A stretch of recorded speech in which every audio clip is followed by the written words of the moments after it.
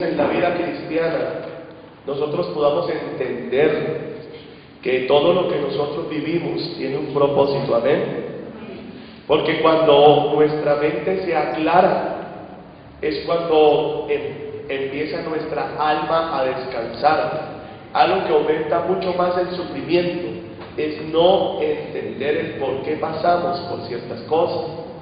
Y esa falta de entendimiento nos sumerge en tinieblas, en oscuridad, y nos sumerge en un dolor y en una depresión muy profunda. Pero la palabra del Señor dice que Jesucristo, Señor nuestro, dijo un día: yo soy la luz del mundo, y todo aquel que en mí crea no morará en tinieblas, no va a vivir en tinieblas. Luego Jesús el Señor está interesado en hacerle entender a su pueblo los misterios de su corazón y las cosas que Él tiene pensado, amén. Lo que Él piensa, Él quiere hacértelo saber para que tú vivas en luz y no en oscuridad, amén. Entonces, la palabra de Dios revelada, cuando viene con revelación, trae luz a nuestro entendimiento, y esa luz rompe las tinieblas. La victoria está cerca cuando la luz se ha acercado a ti. Cuando tienes luz, cuando tienes el propósito de algo, cuando comprendes qué está pasando, puedes decir: la victoria está a la puerta. Amén. Pero no obtienes victoria hasta que no entiendes el propósito y la luz de Dios te toque. Ahí, cuando Dios te toque en tu entendimiento, es que tú te puedes preparar para tomar la victoria. Amén. Si Israel hubiese entendido el por qué Dios los paseaba por un desierto antes de entrar a la tierra prometida, Israel hubiese entrado a la tierra prometida. Pero como no entendieron el propósito, se rebelaron contra Dios. ¿Sí ven? Entonces, Dios quiere un pueblo inteligente y sabio espiritualmente, que comprenda el porqué de muchas cosas en la vida, que vea el mundo como Dios lo ve. Dios lo ve claro, Dios tiene el panorama clarísimo, pero nosotros los hombres moramos muchas veces en oscuridad porque estamos en valles de oscuridad. Pero cuando en oración y ayuno buscamos las alturas, en la adoración vamos al monte, desde el monte el paisaje se ve más claro que desde el valle. ¿Cuántos entienden esto? Amén. Amén. Ahora, Dios, ¿qué te quiere dar hoy? Entendimiento del porqué de muchas cosas. ¿Y qué dice el Señor 5:12? Por tanto, como el pecado entró en el mundo por un hombre, y por el pecado que entró, la muerte, así la muerte pasó a todos. ¿Cuántos? Todos. Todos los hombres, por cuanto todos pecaron. Amén. Entonces, el día de hoy vamos a ver 3 propósitos del sufrimiento en el cristiano, pero antes de entrar a mirar el propósito del sufrimiento en el cristiano, quiero que entendamos el porqué del sufrimiento en el mundo. Porque es lo primero, ¿verdad? ¿Por qué hay niños enfermos con cáncer? Muchos, por no entender esto, se han rebelado contra Dios en el mundo entero. Se han vuelto al ateísmo. Pero cuando tú encuentras un ateo, normalmente no estás delante de alguien que de verdad cree que no existe Dios. Normalmente estás delante de alguien que tiene su corazón herido porque no puede entender por qué hay tanto sufrimiento en el mundo. ¿Por qué, si Dios existe, dicen ellos, los niños mueren? ¿Por qué mi mamita murió de cáncer? ¿Por qué el niño lo atropellaron? ¿Por qué esta niña la violaron y la descuartizaron? ¡Qué horror! Dios no existe, dicen ellos. La verdad es que Dios sí existe y es real. Pero la verdad verdadera, es que el pecado entró al mundo por un hombre. Y con el pecado de ese hombre entró algo que Dios no diseñó ni hizo, que se llamó la muerte. ¿Qué nos revela la palabra de Dios? Que Dios es vida, que Dios es luz, y que no hay mudanza de sombra en Él ni variación. Él siempre es santo, siempre es vida, siempre es bendición, siempre será bueno.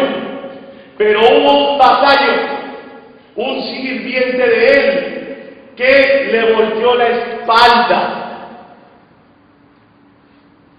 Y ahí nace algo que se llamó pecado. Porque Dios revistió a cada criatura que Él ha creado con una cosa que se llama libertad. Entonces, el ser humano en su hipocresía le echa la culpa a Dios de lo que Él mismo ha hecho. ¿Por qué hay tanto cáncer? Y yo pregunto, ¿quiénes son los que hoy en día nos alimentan a nosotros? ¿No son nuestros científicos, que son los mismos que dicen que Dios no existe? ¿No le debemos al mundo científico la revolución industrial y el nivel de contaminación inmenso que hoy tenemos? ¿No se lo debemos a ellos que se jactan de ser los salvadores del mundo? ¿No le debemos epidemias completas a la medicina, que ponen vacunas muchas veces contaminadas con virus tan letales que matan a nuestros niños, y en vez de fortalecer el sistema inmunológico los envenenan? ¿No le debemos a ellos la Coca-Cola, semejante veneno que tú te tomas y haces Nosotros hacemos el mal y luego le decimos a Dios, tú eres malo.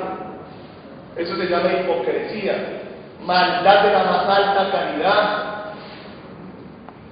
¿A quiénes les debemos que los niños nazcan deformes en Chernobyl o no nazcan? A nuestros científicos. ¿A quiénes les debemos la contaminación del mar en Fukushima? A nuestros científicos. Al avance, ¿no le debemos al avance de las cosas? Problemas en el cerebro, ondas electromagnéticas por todo el mundo caminando, trastornos en el sueño, trastornos de ansiedad. La gente vive hoy con pánico, con depresiones profundas. ¿Y qué hacen nuestros médicos? Nos medican, nos dan drogas y luego dicen, ¡ay! Cometimos un error, qué pena contigo, nos tiramos tu vida. Pero es culpa de Dios. Los niños nacen sin brazos, sin piernitas, pero es culpa de Dios. No, nuestro padre pecó, Adán, y de ahí en adelante todos nosotros hemos seguido pecando. Entonces la primera explicación al sufrimiento de la tierra y de la humanidad no es que Dios es malo, ni que Dios creó el pecado, porque Él no creó el pecado, Él creó un ángel bueno, con libertad, y Él dijo, ¿sabes qué, Dios? No te sirvo más, me aburrí, ahora quiero yo ser como tú. Le giró la espalda, lo contrario de la vida que es la muerte. El pecado ingresa a la creación con la rebelión de Satanás, y luego cuando Satanás tienta al hombre y le dice, ¿sabes?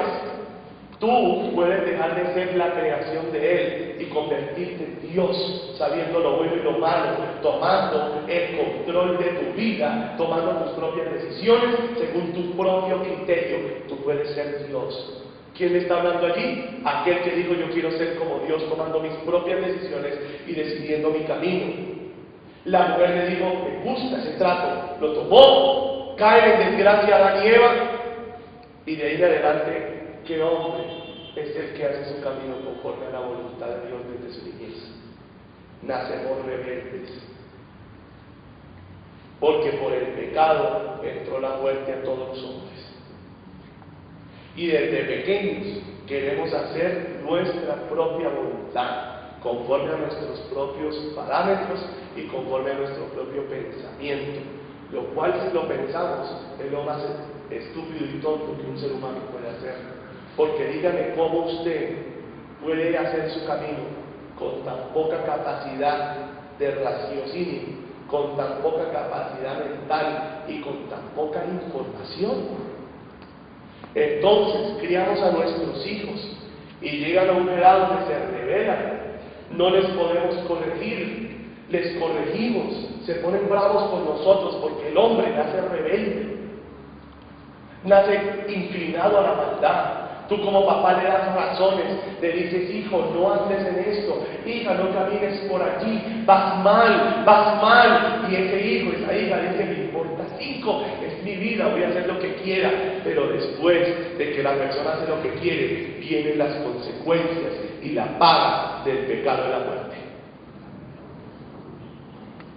Entonces lo primero que tú tienes que revisar en tu vida, cuando ves sufrimiento, cuando ves que no hay cosas bien en tu vida, tienes que ser más sincero y más sabio y preguntarte, ¿por qué tengo hoy estas consecuencias, Señor? Y lo primero que tienes que descartar es que eso que estás viviendo no vaya a ser una consecuencia de tu propio pecado y maldad, o el de tus padres. Porque la gente dice, pero ¿por qué va a pagar el hijo por el pecado del padre?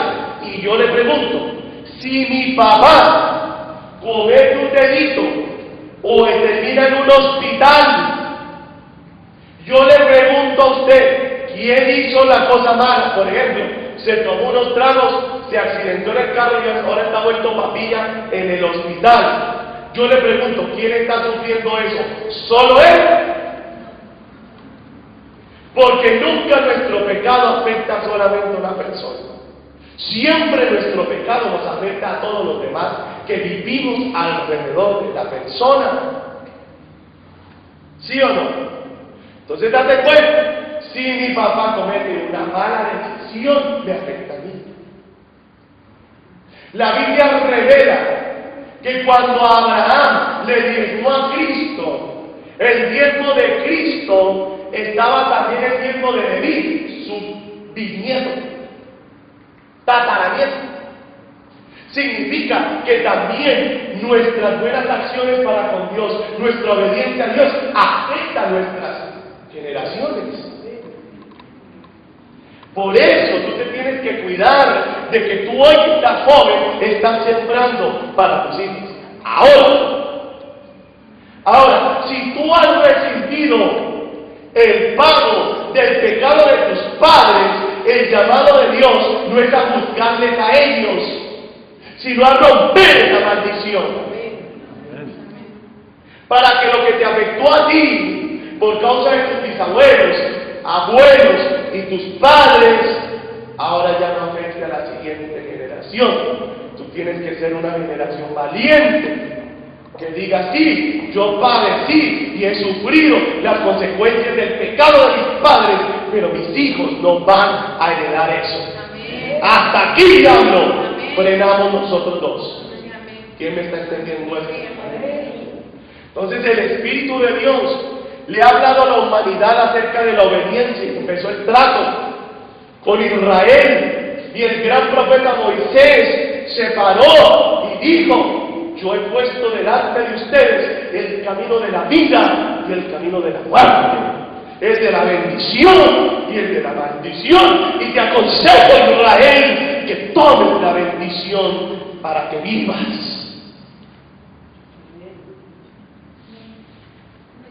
Desde tiempos antiguos Dios siempre ha levantado profetas que insten al pueblo que conoce a Dios para que abandone el pecado y se acoja a Dios de todo su corazón. Porque si estás en Él es vida, pero no es muerte. La dádiva de Dios es vida eterna en Cristo Jesús, dice la Biblia. Pero la paga del pecado es la muerte. Entonces lo primero que tú tienes que mirar es, desde que le entregaste tu corazón a Cristo, ¿frenaste el pecado? ¿Dejaste la rebelión?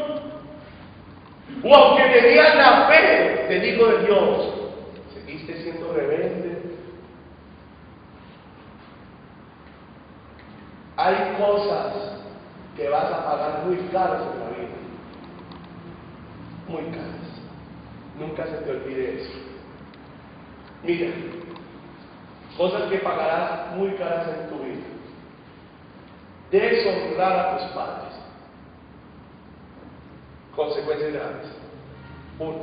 2. Deshonrar a tu padre espiritual. graves, consecuencias graves vas a tener ahí. Si has pecado contra tu pastor, contra tu padre espiritual, corre ante Dios y pide misericordia. Porque yo te digo que Dios va a defender a su siervo. Porque tú no engendraste a tu padre espiritual, tu padre espiritual te engendró a ti. Y tú no eres mayor que él. No tienes más Biblia, no tienes más autoridad, no tienes más poder de Dios y no tienes más experiencia ni más marcas de Cristo en tu vida para pararte delante de él y enfrentarlo. No lo hagas. A papá y mamá se les respeta y al padre espiritual también se les respeta con amor y mucho cariño. Hay que tener consideración uno con sus autoridades. Ser tierno. Dejar la rebelión es comenzar a vivir. Amén.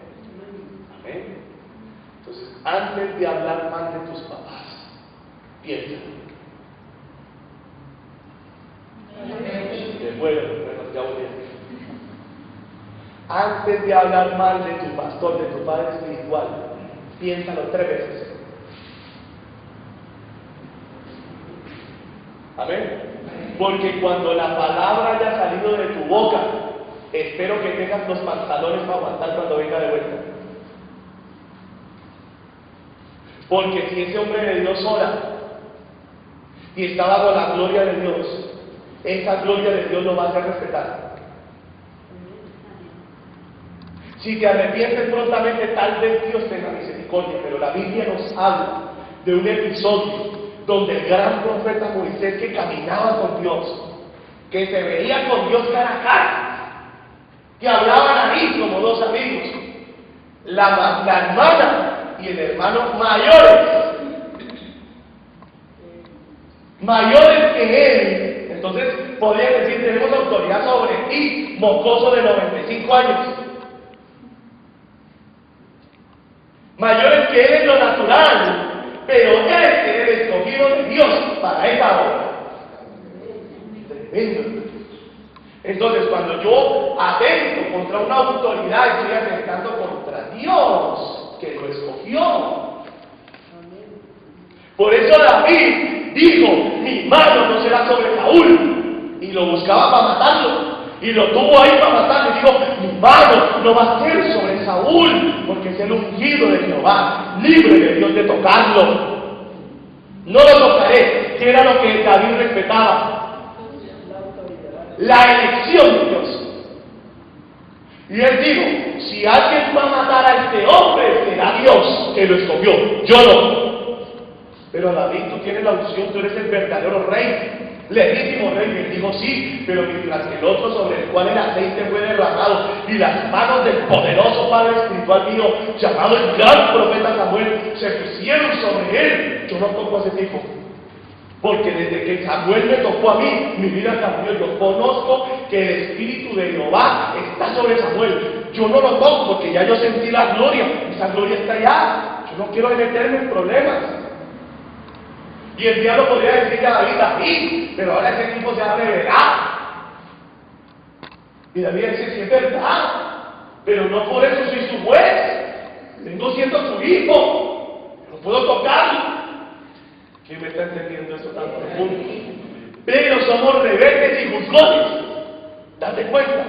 Tras de que estamos en el pecado, nos creemos mejores que los demás. Si no nos creyéramos mejores que los demás, no juzgaríamos con tanta crueldad a los demás. Pero yo juzgo al otro duro porque yo me creo mejor. Pero mi querido compañero y compañera, te tengo noticias.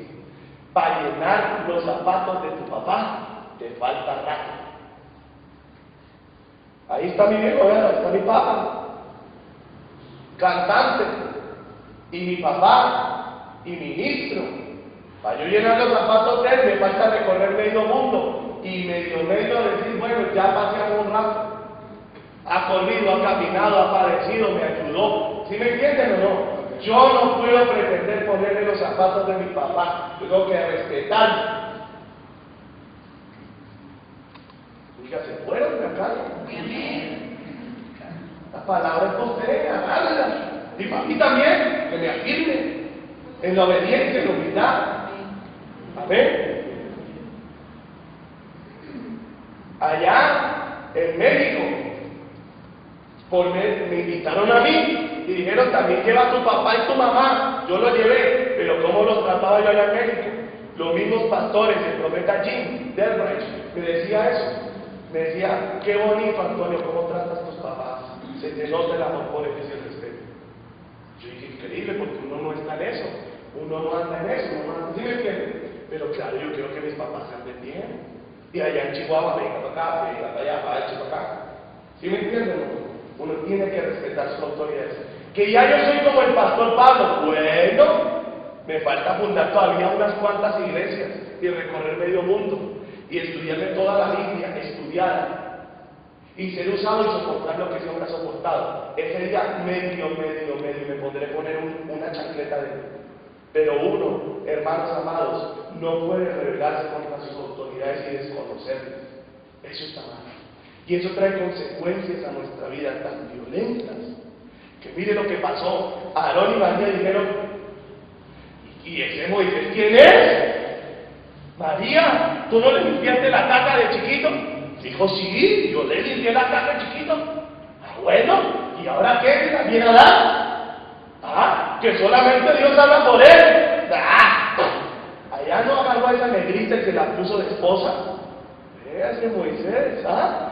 No la tiene descuidada, por ahí que por estar en el ministerio. Claramente sabemos las obligaciones como son. Primero Dios, luego la familia y tercero el ministerio. Está descontrolado Moisés. Y llega la gloria de Dios y se asoma al templo. Y hace Dios desde el templo.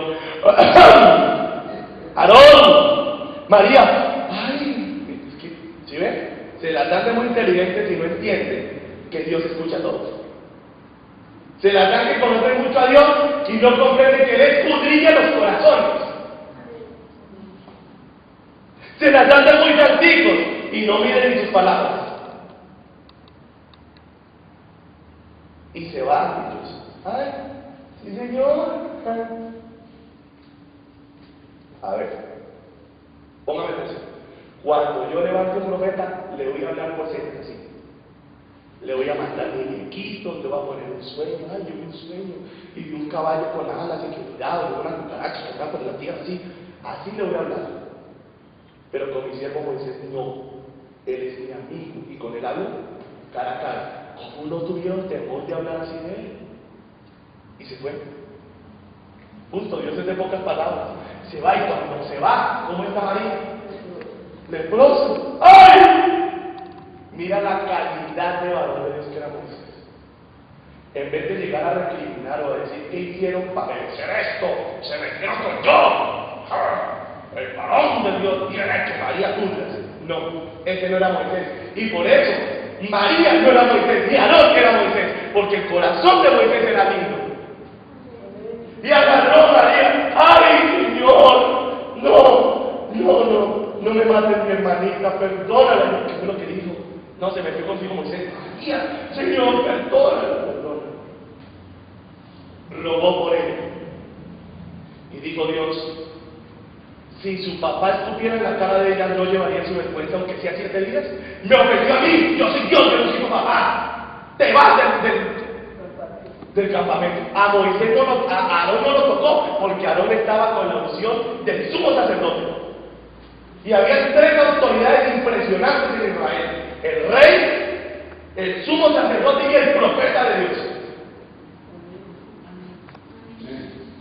Con esos 3 solo trataba Dios. Bueno, a los otros 2 les iba mal si venían del profeta de Dios, porque era lo máximo. Era la autoridad del cielo y la tierra.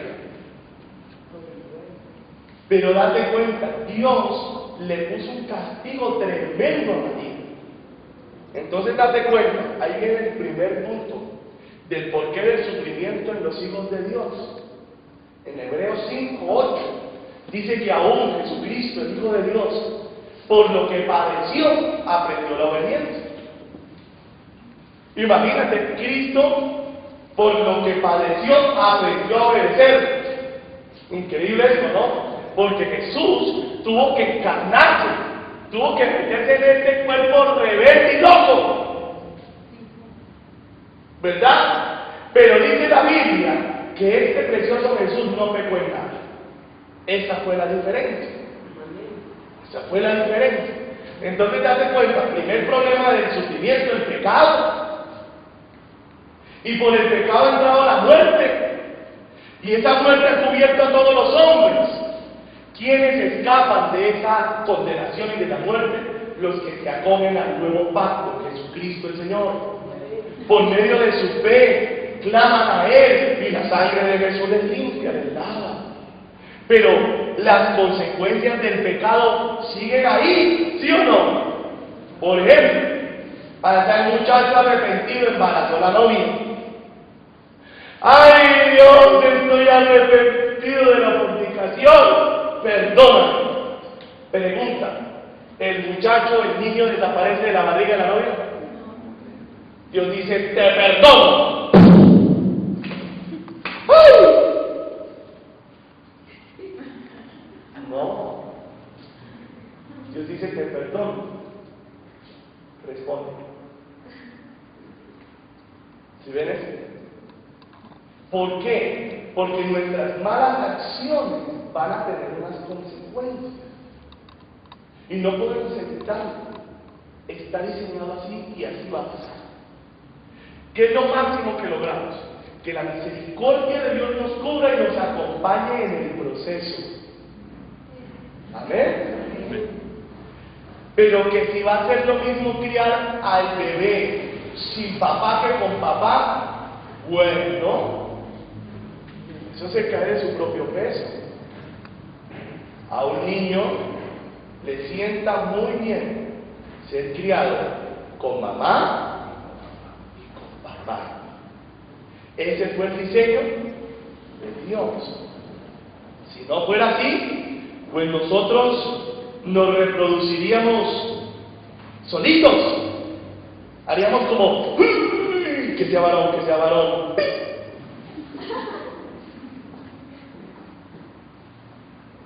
¿Cierto? Pero no es el diseño de Dios. ¿Por qué? Porque en la psicología del niño, pregúntele al psicólogo, yo no vamos a acabar Marcela.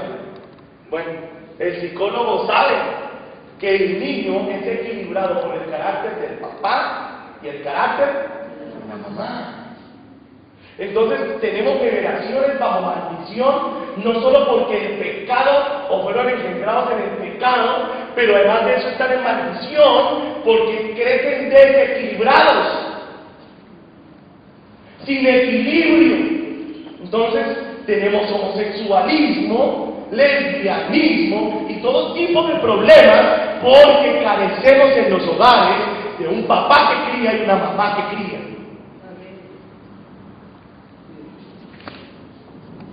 Bueno, solo amén, pero ahí vamos.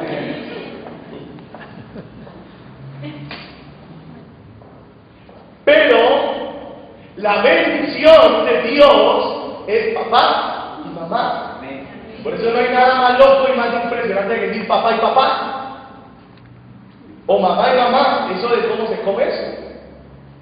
¿Cómo lo digiere usted de niño? ¿Cómo digiere usted eso? Ay, no, ayer papi se estaban dando un beso. ¿Usted cómo cree con eso? Ay, mi mami se estaban dando besitos también ayer. Es una locura. No es así. Guerras que han dejado sin padres las familias y han dado generaciones de maldición impresionantes. Dios dijo, no matarás, pero nosotros no hacemos caso. Hacemos lo que se nos ocurre, lo que queremos.